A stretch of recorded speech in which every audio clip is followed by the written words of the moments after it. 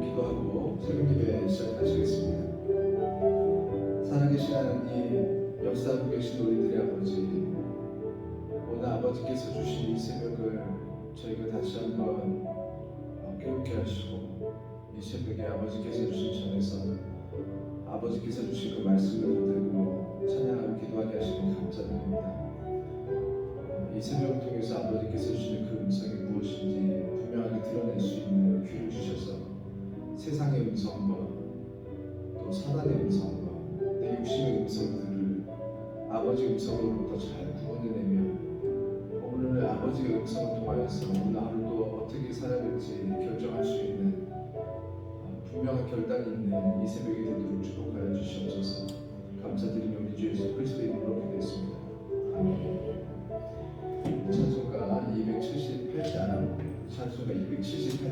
찬양하시겠습니다.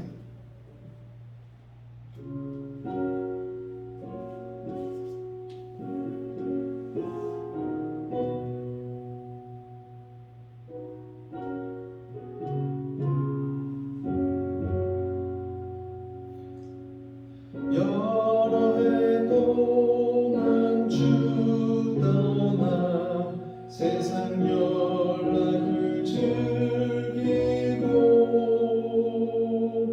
저 흉악한 죄에 빠져서 주 은혜를 잊었네.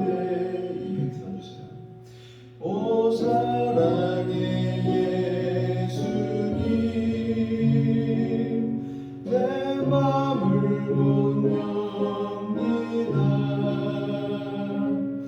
곧 들어와 나와 함께하며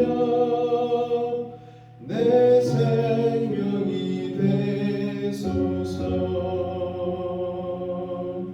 죄악의 죽을 인생을 심히 불쌍히 여기사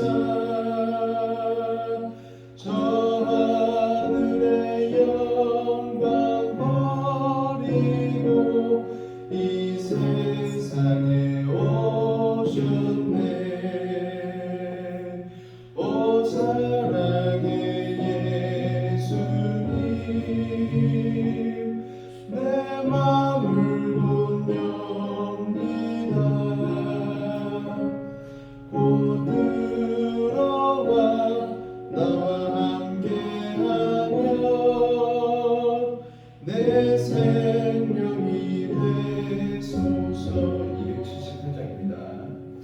공포를 입은 구주는 가시면류관 쓰시고 저 십자가 높이 달리사 그 아픔을 참았네. 오 사랑의 예수님, 내 맘을 못 엽니다. 곧 들어와 나와 함께하며 내 생명이 되소서. 미련한 우리 인생은 주의 공로를 모르고 그 쓸쓸한 사막 가운데 늘 헤매고 다녔네. 오 사랑의 예수님, 내 맘을 못 엽니다. 곧 들어와 나와 함께하며 내 생명이 되소서. 아멘.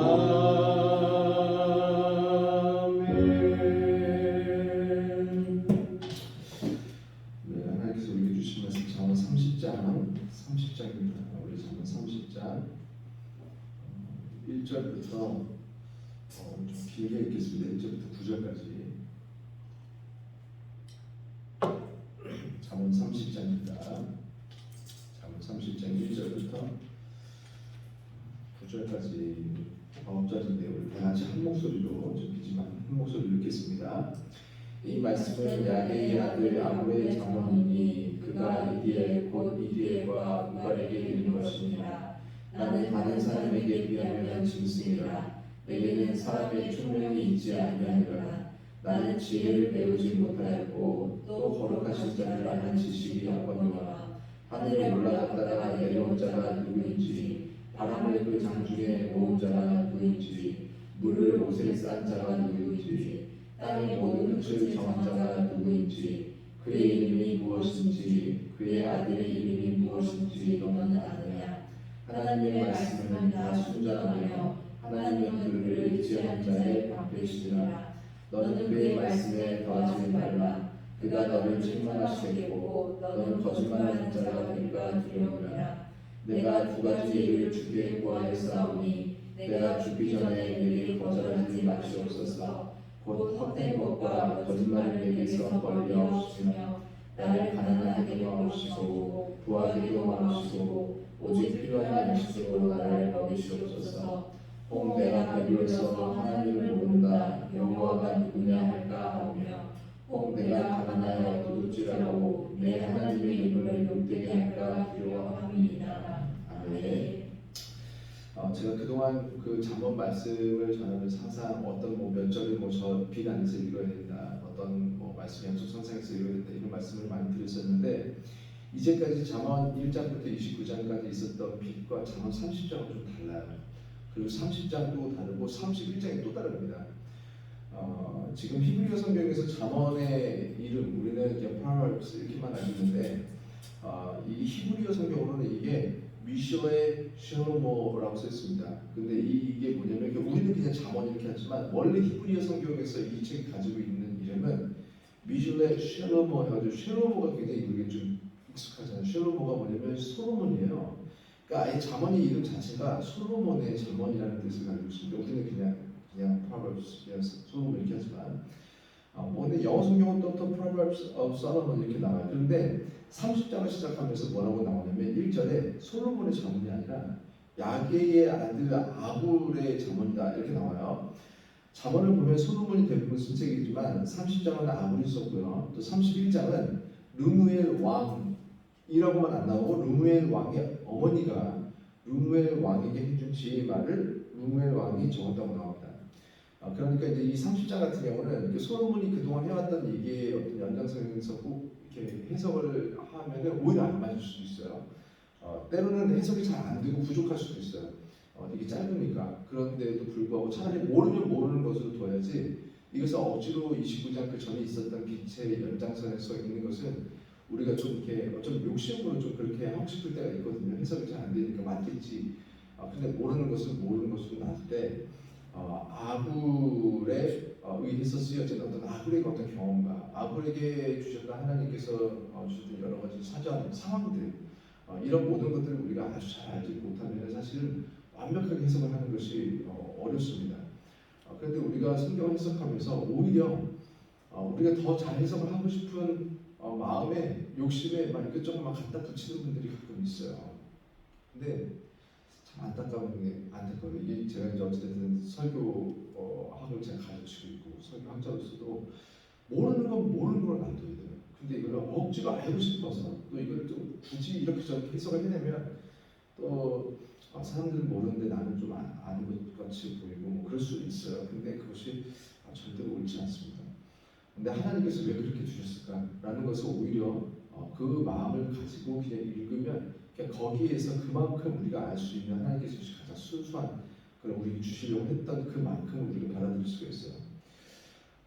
솔로몬의 잠언 29장과 우리가 가지고 있는 잠언 31장까지는 아굴과 르무엘 왕의 잠언 각각 한 개장씩 총 2개장에 묶여서 하나로 나온 것은 히스기야 왕 때 이루어진 걸로 우리는 다 학자들은 그렇게 알고 있습니다. 그래서 히스기야 왕 때 그 서기관들을 통하여서 그 나라의 서기관들이 나라의 어떤 그 역사를 기록하는 것 이상으로 히스기야 왕 때는 나라의 모든 정사가 이런 하나님의 말씀이 초점이 맞춰져 있었기 때문에 그 당시 서기관들이 그것을 정리해서 하나로 묶었다라고 보는 것이 중론이고요. 히스기야 왕은 우리가 이제 좀 알다시피 왕이 되고 나서 제일 먼저 이분은 정치보다도 예배, 성전을 청결하게 하고 성전을 보수하고 성전에서 일어나야 했던 모든 일들이 다시 온전하게 되도록 최선을 다했던 왕으로 성경에 기록이 되고 있습니다. 그랬던 왕이었기 때문에 성소로 기록되어야 하는 책들을 잘 정리를 하고 가장 본래의 성경이 잘 남아있고 유지되도록 성경들을 굉장히 잘 유지시키고 관리를 하고 다시 잘 안 보이고 이 파피루스가 수가 오래돼가지고 문제가 있는 것들 다시 잘 옮겨 쓰고 이런 것들을 히스기야 때 하지 않았었으면 아마 그 다음에 우리가 가지고 있었던 성경들도 굉장히 훼손이 많이 된 그런 성경들을 가지고 있어서 많은 오해들이 있었을 거예요. 지금 이 과정에서 30장과 31장이 히스기야 왕 때에 이 솔로몬의 자만 안으로 들어왔다는 것은 이 두 사람에게 주신 또 아굴과 또 그 다음 장에 나오는 르무엘 왕의 어머니의 어떤 그런 자만, 이 두 가지 모두 하나님의 지혜가 솔로몬에게 주신 지혜에 준하다고 본 여러 가지 정황이나 메시지가 있었던 것으로 보입니다. 오늘 읽은 30장 2절을 보니까 이 말씀을 읽으면은 이거 조금 신뢰가 안 되나 싶은 그런 마음이 들 수도 있어요. 아굴이 이렇게 말하거든요. 2절에 보면 나는 다른 사람에게 비하면 짐승이라 내게는 사람의 총명이 있지 아니하니라. 이렇게 읽었는데 3절은 더한 것 같아요. 나는 지혜를 배우지 못했대요. 또 거룩하신 자는 아는 지식이 없거니와 이렇게 말합니다. 근데 저는 이 다음 절을 보면서 쭉 읽어보시고 제가 일부러 오늘 좀 뒤까지 많이 읽었는데 그 당시 이 잠언을 쓸 정도의 사람들이라면 이 왕들이나 왕들의 가게에 있었던 사람들이 사실 그 당시 최고의 어떤 지식들 그 당시 누구도 갖지 못했던 최고의 어떤 지적이고 지혜자들이 항상 그 옆에 있었어요. 그래서 그것을 배워왔고 이런 기록을 하고 나중에 이게 뒤에 보면요 내용들이 이건 도대체 그 당시 지식이 없다라고 볼 수가 없는 그런 말씀들인데도 불구하고 본인은 그렇게 지식과 난 지혜가 없다 이렇게 말하고 있습니다. 그런데 오히려 저는 뒤에 이제 내려가면서 읽어보면서 이 사람은 진짜 하나님께 주신 지식과 지혜를 가지고 있는 사람인데 또 왜 이렇게 썼을까라는 것을 보면서 잠언 어떻게 보면 이 솔로몬의 잠언과 왜 이 말씀들을 히스기야 왕 때 이어야겠다 같이 놓아야겠다는 그 히스기야 왕의 그 태도가 무엇인지를 알겠더라고요. 우리가 이 성경을 읽을 때 일단은 바울이 나는 종이라 막 이렇게 표현한 적이 있는데 그러면 진짜 이 사람은 종이구나 라고만 받아들이면 안 되고 이 사람이 지금 태도가 그렇구나. 하나님 아버지 앞에서 섰을 때 그리고 사람들 앞에 섰을 때 사람들의 태도가 달라요. 그런데 사람들 앞에서 왕이 가졌어야 됐던 어떤 그런 태도들과 하나님 앞에서 가졌어야 됐던 그 태도가 어땠어야 되는지에 대해서 우리가 명확하게 구분이 되는 것을 볼 수가 있습니다. 진짜 지식, 진짜 지혜가 시작이 되면 사람에게 반드시 먼저 시작되는 것은 잠언 1장 7절에도 나오지만 오히려 자신의 어리석음이 깨닫고 자신의 미련함을 그제서야 알아채고 내가 하나님에 대해서 이렇게도 모르고 있었으면 알아채는 것입니다. 잠언 1장 7절의 말씀을 보면 이렇게 써 있어요. 여호와를 경외하는 것이 지식의 근본이거늘 미련한 자는 지혜와 훈계를 멸시하리라. 저는 그런 어제 이제 밤에 이 말씀을 준비하면서 그런 생각을 했어요. 왜 지식이 시작되면 여호와를 오히려 경외하게 될까? 너무 부정적이거든요. 경외라는 건 fear라고 나와요. 분명히 The fear of the Lord is the beginning of knowledge 이렇게 나오는데 진짜 지식이 시작이 되면 왜 fear, 두려움이 있을까요? 해방감이 있어야지. 행복해야지. 우와, 드디어 지식이 시작이 됐어. 내 하나님께서 주신 지혜가 내가 평생에 없던 것이 들어왔어. 알았어. 그러면 이제 하나님하고 더 가까워진 느낌? 근데 fear, 두려움, 이건 너무 부정적이지 않나? 지금 우리가 보통 생각하는 네거티브한 어떤 파지티브한 어떤 그런 감정이 아니라 왜 네거티브한 게 시작이 됐을까? 여호와에 대해서 제대로 알지 못하는 사람들은요 오히려 두려움이 없대요. 그런데 진짜 지식이 들어오면 오히려 두려움이 먼저 시작되는 것은 지식의 시작은 어디서 시작이 되냐면 잠언 그 뒤로 계속 나오는 거를 제가 요약해서 드리면 첫 번째 하나님이 얼마나 크신지를 알게 되는 거고 동시에 나는 얼마나 작은지를 알게 되는 거예요. 그리고 또 하나는 뭐냐면 하나님은 얼마나 선하신지를 비로소 알게 되고 두 번째 나는 얼마나 악한지를 비로소 알게 돼요. 이것을 아는 것이 시작이 되니까 두려움이 시작되는 것이 당연한 겁니다. 왜냐하면 여호와는 너무나 크시고 너무나 선하신데 나는 너무나 자꾸 악하니까요. 여호와를 아는 최소한의 지식이 시작이 되면 성경의 인물들이 비로소 자신의 지식이 너무 없고 너무나 보잘것없고 내가 악한 것에 대해서 얼마나 빨리 달리고 있었는지에 대한 눈을 가지게 돼요. 여호와를 아는 그 지식, 나는 너무 작고 하나님 너무 크신 것을 알게 되니까 이제 우리 인간에게 마땅한 다음 태도가 뭐냐면 비로소 시작되는 것이 무엇이냐면 나 혼자는 도저히 살 수가 없구나. 하나님을 의지해야 되는구나. 그것이 5절에 나오는 거예요. 오늘 읽은 말씀 5절 말씀이 이렇게 나옵니다. 30장 5절 하나님의 말씀은 다 순전하며 하나님은 그를 의지하는 자의 방패가 되십니다. 하나님의 생각과 하나님의 결정은 온전하다, 완벽하다, 순전하다. 그게 every word of God is flawless 이렇게 나오는데 그는 흠이 없다, 틈이 없다, 문제가 없다, 결함이 없다, 완벽하다 이런 말이거든요. 그런데 하나님의 생각과 결정은 온전한데 왜 그 와중에 하나님은 그를 의지하는 자의 방패가 되어 주시는 거예요? 아니 왜 우리는 의지하는가? 하나님이 강한 건 강한 거고 우리가 뭐 의지하는 것은 다른 얘기 아닌가요? 의지라는 것은요 우리가 90도로 서 있는 것이 아니라 어느 한쪽으로 이렇게 기울어진 것을 말합니다. 왜 기울이냐면요 사람이 너무 힘든 거예요. 내가 항상 이렇게 내가 말한 대로 그대로 지키면서 살 수 있는 똑바로 설 수 있는 정말 힘있게 난 할 수 있어 야야야 하나 둘 셋 화이팅 하면 내가 설 수 있을 것 같은데 그렇지 않아요. 아무리 내가 지금 뭐 자기계발서들 막 읽어봐도 뭐 여러 가지 생각을 다 넣고 뭐 여러 가지 동기부여를 다 넣고 하나 둘 셋 화이팅하면 좋을 것 같은데 사람이 그렇지가 못하고 자꾸 넘어져요. 우리나라의 웃음 치료사들이 한참 유행했던 때가 있었습니다. 그래서 그 아침마당부터 해가지고 그 웃음 치료사 부부가 있었어요. 그래서 TV 경험에 이 부부가 나와서 뭐 그 당시 요즘에는 그런 거 안 하는 것 같은데 자 여러분 이렇게 하면은 뭐 에너지가 이렇게 좋아지고 과학자들이 이렇게 말합니다. 자 따라해봅시다. 하하하 하면 막 그 사람들이 또 막 그걸 따라하고 삼성 가서 하고 LG 가서 하고 현대 가서 하고 하여간 우리나라에 이 웃음 치료사가 안 가는 데가 없이 그렇게 너무너무 잘 됐던 분. 제가 이제 일산 살았었는데 예전에 그분들이 일산 사셨거든요. 두 분이. 어느 한 날 뉴스에 나왔어요. 두 분이 같이 동반자살 하셨다고. 어느 한 날 갑자기 부부가 엄청 싸우고 뭐 했다가 뭐 둘이 막 뭐가 많이 있었더라고요. 그동안에. 그러면서 이렇게 하다가 웃음 치료사 두 분이 그 뉴스를 그냥 가득 채웠었어요. 그래서 야 이게 저렇게 뭐 과학자들이 말하고 해서 뭐 안에 엔도핀이 뭐 나오게 억지로 끌어내고 가능하고 그래서 행복하고 행복전도사 해가지고 막 나왔는데 그 둘이 그렇게 동반자살을 하는구나. 야 이게 사람이 아무리 노력을 하고 잘해보려고 온갖 가지 그분들이요 얼마나 많지를 일으켰어요. 강의는 얼마나 많이 나가는지 그런 소스가 많이 있어야 된단 말이에요. 그런 책도 엄청나게 많이 읽으시고 이렇게 긍정적인 힘을 가지고 행복하게 사는 것들에 대해서 노력을 하시고 했는데 결국 사람을 혼자 힘으로 안 되더라는 거예요. 우리가 하나님을 의지하는 것은요 우리가 그냥 약한 어떤 성향의 사람이 아니라 사람이 약하기 때문에 그래요. 우리는 의지할 분이 반드시 있었어야 되고 의지하는 것 자체가 사실은 이상한 것이 아니라 아주 정상적인 것이었습니다. 꽃이 땅을 의지해서 자란다고요. 새가 하늘을 의지해서 날아가는 것은요 제가 약하다라고 말하지 않습니다. 꽃이 땅을 의지해서 그 딛고 일어나서 꽃을 피우는 것을 사람들이 참 정상적이고 아름답게 보는데 사람은요 꼭 마음에 아무도 의지하지 않고 싶어하는 그런 마음의 태도를 가지고 있어요. 사다 준 거짓말들이에요.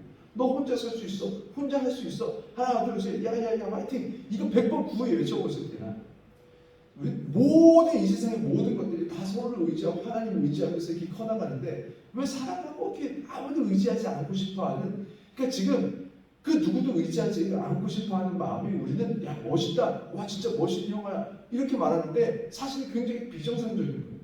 우리가 처음에 하나님께서 우리를 창조하신 그 모습을 흐트러뜨리는 것 중에 하나가 뭐냐면 나는 아무도 의지하지 않고 혼자 설 수 있다. 혼자 서려고 해야 돼. 우리는 혼자 서야 됩니다. 이것은 거짓말입니다. 이 세상에 그런 것은 단 한 번도 주어진 적이 없었습니다. 근데 우리는 꼭 이렇게 뭔가 혼자 서야지만 멋있고 용감한 것처럼 얘기를 해요. 우리가 처음에 어떻게 창조되었는지에 대해서 부정하는 순간입니다. 하나님께서는요 우리를 처음부터 만드셨을 때 하나님을 의지하게 만드셨는데 그것은 우리를 미워해서 그냥 자기들끼리 혼자 설 수 없도록 그냥 약한 존재가 돼서 그냥 나를 의지하면 내가 왕이 되고 그냥 내가 힘이 되고 막 내가 그냥 높아지고 이것을 원했던 게 아니에요. 이것은 아무런 이상한 것이 아니고 하나님을 의지하고 하나님을 서로 사랑하고 서로 사랑하면서 이렇게 살면 되는 건데 굳이 하나님을 떠나야지 내가 뭔가 온전해지는 것처럼 그런 욕심을 가졌던 것이 사실은 그게 처음에 아담과 하와에게 주었던 사단의 거짓말이었습니다. 너 이거 먹어도 안 죽는다. 너 혼자 있어도 괜찮아. 혼자서도 괜찮아. 하나님 의지하지 않아도 너 혼자 설 수 있어. 하나님과 같이 된다. 그 거짓말에 속은 것을 아직까지도 우리가 버리지 못하고 있는 거예요. 하나님께서는요, 이렇게 하나님의 생각을 우리가 의지하고 하나님의 의지, 하나님의 판단에 의지하고 하나님의 결정에 의지하는 것을 하나님께서 기다리고 계시고 가장 원래 본연의 어떤 그런 상태였다는 것을 우리에게 계속 가르쳐 주시고 계세요. 그래서 우리가 너무 힘들어서 기댔는데 하나님을 의지하는 자들에게 방패가 되어 주신다. 우리가 넘어지고 무너지고 절망하고 포기하지 않을 수 있도록 기댈 수 있는 강력한 언덕이 되어 주신다. 그래서 우리가 맘 놓고 힘을 빼고 우리의 생각과 인생의 무게를 하나님께 얹어도 하나님께서는 버텨주신다. 방패가 되어주신다. 우리를 밀어내지 않으신다. 이거 얼마나 감사합니까? 세상의 환난과 고통과 사단의 불화살로부터 우리를 보호해 주신다. 영어 성경으로 보면 He is a shield to those who take refuge in Him 이렇게 나왔습니다. 방패로도 해석이 될 수 있지만 오늘 영어 성경 보니까 refuge라고 해가지고 피난처라고 해석을 하고 있어요. 하나님은 방패가 되시다. 누구에게? 하나님은 refuge, 피난처로 삼는 사람들에게. 아무나에게 방패가 되지 않는다. 하나님은 피난처로 삼는 사람들에게 하나님께서는 방패가 되어주신다. 얼마나 쉬워요. 너무 힘들고 어려울 때마다 항상 하나님의 말씀을, 하나님께 드리는 예배를, 또 하나님께 드리는 기도와 찬양을 피난처로 삼는 사람들, 그 사람들을 하나님께서는 보호하신다. 힘들 때만 교회 찾아오는 것 같아서 죄송하다 뭐 그런 말하는 분도 있어요. 뭐 안 나와. 그러다가 뭐 무슨 일 터지면 교회 와. 잠깐 기도해. 또 살만하면 안 나와요. 그러다 또 뭐 애들이 뭐 시험 본다 그러면 또 갑자기 또 수능 또 뭐 엄마들 기도하는데 와. 또 안 나와. 그러다 또 무슨 사업이 어려지면 또 와. 뭐 이렇게 되거든요. 그러면서 난 갈 자격 없어. 목사님 좀 못 나가겠어요. 저는 참 못했어요. 제가 봐도. 그런데 아니에요. 잘하시는 거예요. 신앙생활은요 그렇게 시작하는 거예요. 뭐 물론 신앙생활의 끝이 그렇게 되면 참 안타깝겠지만 신앙생활의 시작은요 이렇게 하나님이 필요하다라는 것을 느낄 수 있도록 하나님께서 주셨을 때에 왜요? 힘들고 어려운 사람들 많이 안 나와요 교회에. 근데 굳이 나오는 건요 하나님께서 지금 이미 지식과 지혜 시작을 그 안에 넣으신 거예요. 인생이 너무너무 힘든데도 하나님이 안 떠오르는 걸 어떡해요? 그 지식과 지혜가 없는 걸 어떡해요? 그래서 그게 안 나오고 그렇게 해서 혼자 힘들어 죽겠으니까 저는 마약하는 사람들이요. 미국에 가니까 참 마약을 많이 하더라고요. 그러니까 교회 다니는 애들도요. 한 번씩 마약을 한 번쯤은 다 해봐요. 마약 한 번 이렇게 해보는 것이 그때 당시 그게 킥이었나 제가 기억이 잘 가물가물 한데 고등학교 그냥 화장실에서 다 팔아요.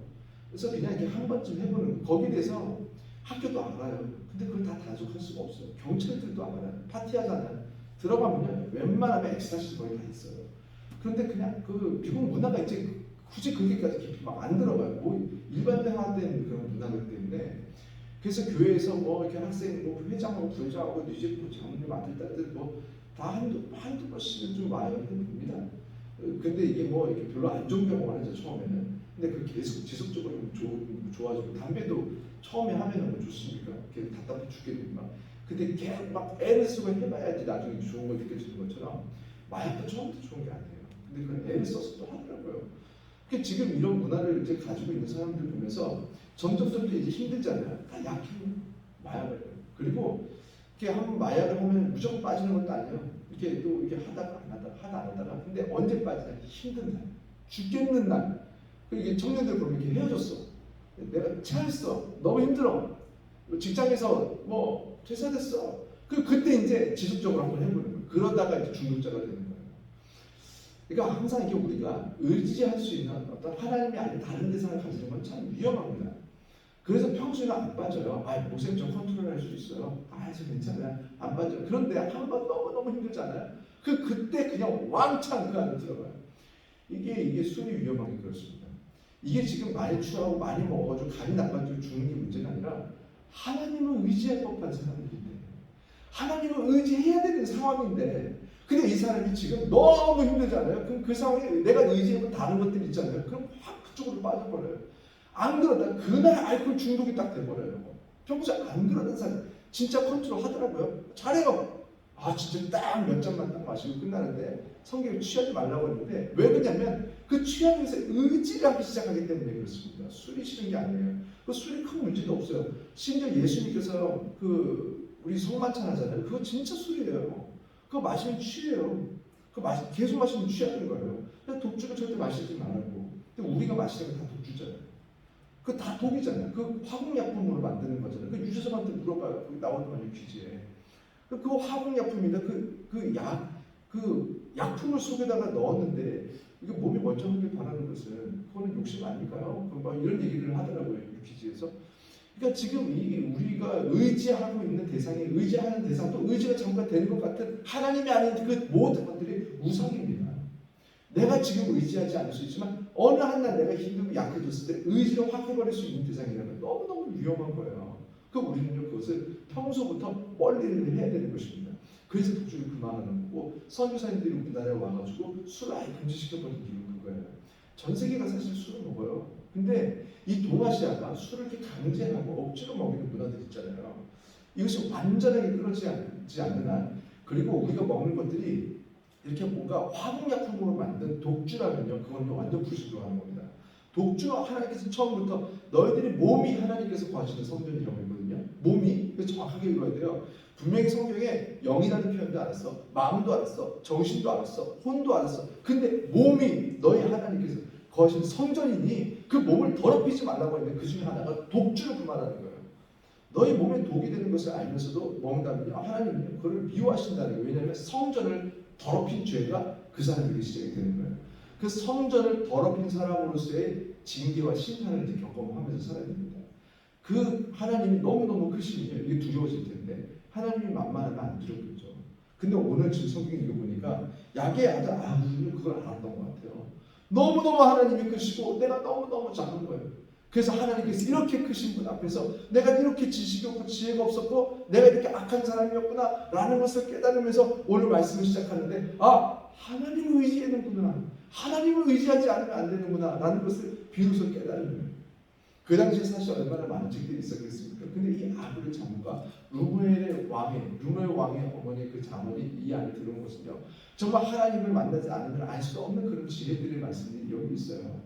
그 당시도요 이렇게 사람들이 하나님을 의지하지 않았어요. 우상이 얼마나 많은지 몰라요. 종류별로 그냥 지금보다 훨씬 더 많았어요. 가족마다 집안마다 우상이 있었어요. 우리가 그 드라빔이라고 해가지고 그 야곱의 이야기에서도 잠깐 나와요. 그래서 딸이 아버지 집을 나오면서 훔쳐 나오죠. 그 집안 신인이 하나씩 있었던 거예요.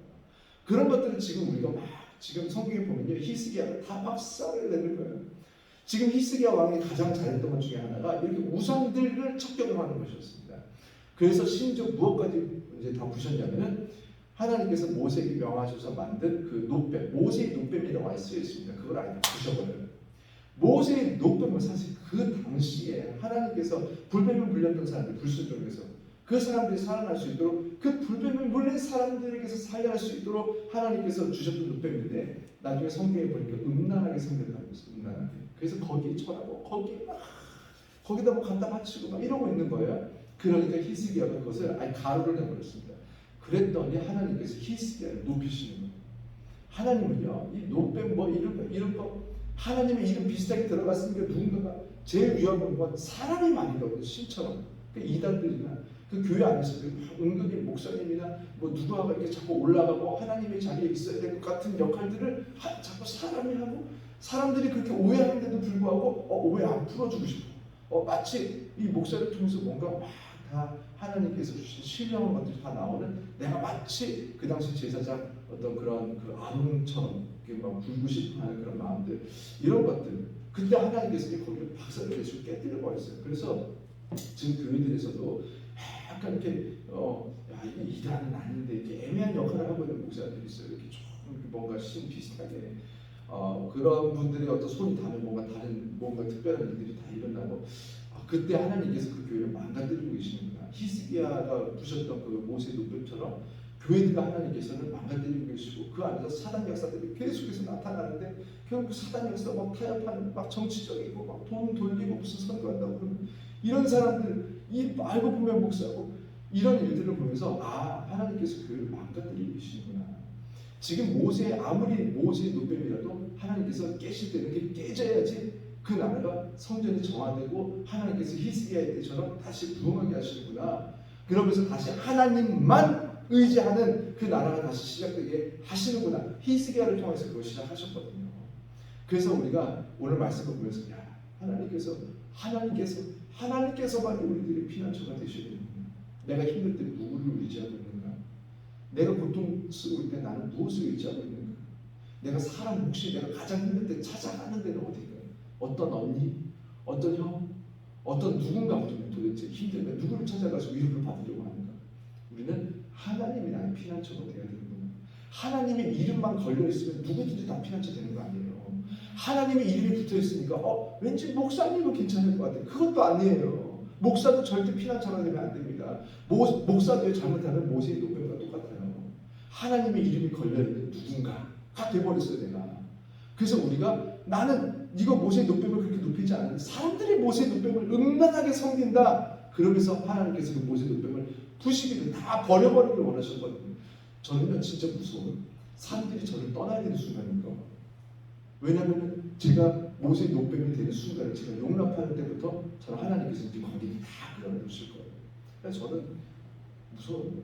그런 날이 오지 않도록 제가 모세의 또한 노뱀이 되지 않을 수 있도록 누군가가 사람들이 힘들면 저한테 의지하는 사람이 있고 그런 일들이 일어나지 않도록 처음에 말씀을 얻기 위해서 저한테 와야 돼요. 하나님께서 무엇을 원하시는가를 얻기 위해서 와야 되는데 알고 보니까 그 하나님 걸어놓고 목사를 의지하게 만드는 그런 교회가 되지 않기를 저는 두려워하면서 늘 이렇게 좀 돌아보려고 합니다. 새벽 예배 때마다 기도하는 것도 별거 없어요. 나나 좀 잘하길. 하나님 제가 남모세가 저나 좀 잘하는 성도들 살지 않겠습니까? 제가 좀 정신 차리고 제가 좀 잘하게 해주세요. 제가 하나님이 싫어하시는 거 하지 않게 해주세요. 하나님이 싫어하시는 마음 갖지 않게 해주세요. 저는 그런 기도합니다. 여러분 우리나 잘하면 돼요. 사실은 우리나 하나님 앞에서 온전히 하나님만을 피난처로 살아가시면 그러면 하나님께서 우리를 통하여서 역사를 하시더라고요. 빛이 되면요, 빛을 등경 위에 둔다는 하나님이시지 우리가 아닙니다. 가만히 있어도 등경 위에 두셔서 쓰셨다가 바닥에 두셔서 수공처럼 쓰셨다가 등경 위에 두셔서 다시 빛처럼 쓰셨다가 다시 바닥으로 내려서 썩은 것들하고 함께 놓으셔서 때로 우리 썩은 사람들하고 같이 살아야 돼요. 왜냐하면 소금이 돼야 되니까.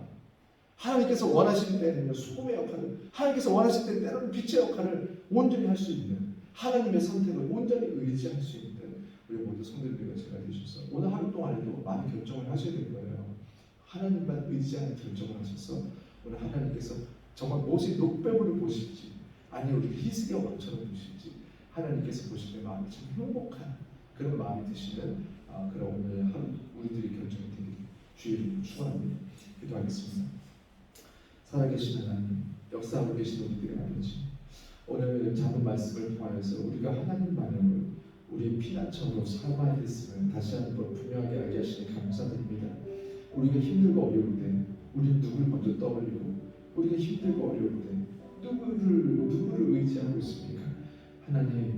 하나님의 이름이 묻어있는 목사도 성도도 그 누구도 되어 있지 않게 하시고 온전히 하나님이 되게 하셔서 하나님의 이름이 피난처가 되고 하나님의 이름이 우리들의 쉴 수 있는 언덕이 되게 하시고 그 방패에 삼아주시고 주님 우리가 하나님만 의지하는 주의 자녀들 되도록 축복하여 주시옵소서. 사람은 사랑하게 하시고 하나님을 의지하게 하셔서 우리가 이 세상을 살아갈 때에 우리가 무엇을 의지하고 무엇을 사랑해야 되는지에 대한 분명한 결정이 오늘 세워지고 오늘 하루 동안 그것을 우리 생활 속에서 결정해내고 순종해서 아버지께서 기뻐하시는 자녀들로 아버지께서 방패 삼아주고 싶어하시는 자녀들로 우리가 살아가시도록 인도하여 주시옵소서.